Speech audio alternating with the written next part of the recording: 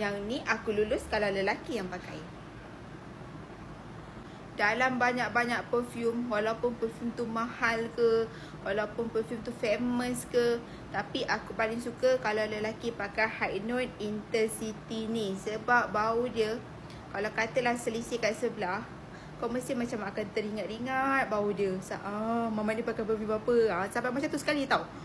Punca dia satu je. Aku pergi makan kat shopping mall. Lepas tu ada couple lah dekat tepi ni kan, duduk borak-borak. So aku macam, sedapnya bau-bau apa ni? Aku tanya lah dekat partner dia. Dia cakap, bau apa Lepas tu baru dia cakap, boyfriend dia pakai High Note Intercity ni.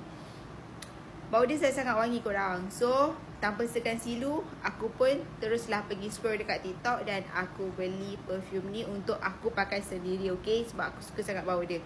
Jadi, perfume ni kalau lelaki yang rasa-rasa macam korang nak try tackle orang ke kan, korang kena dapatkan High Note yang bau Intercity ni dekat beg kuning yang aku dah sediakan untuk korang dekat bawah.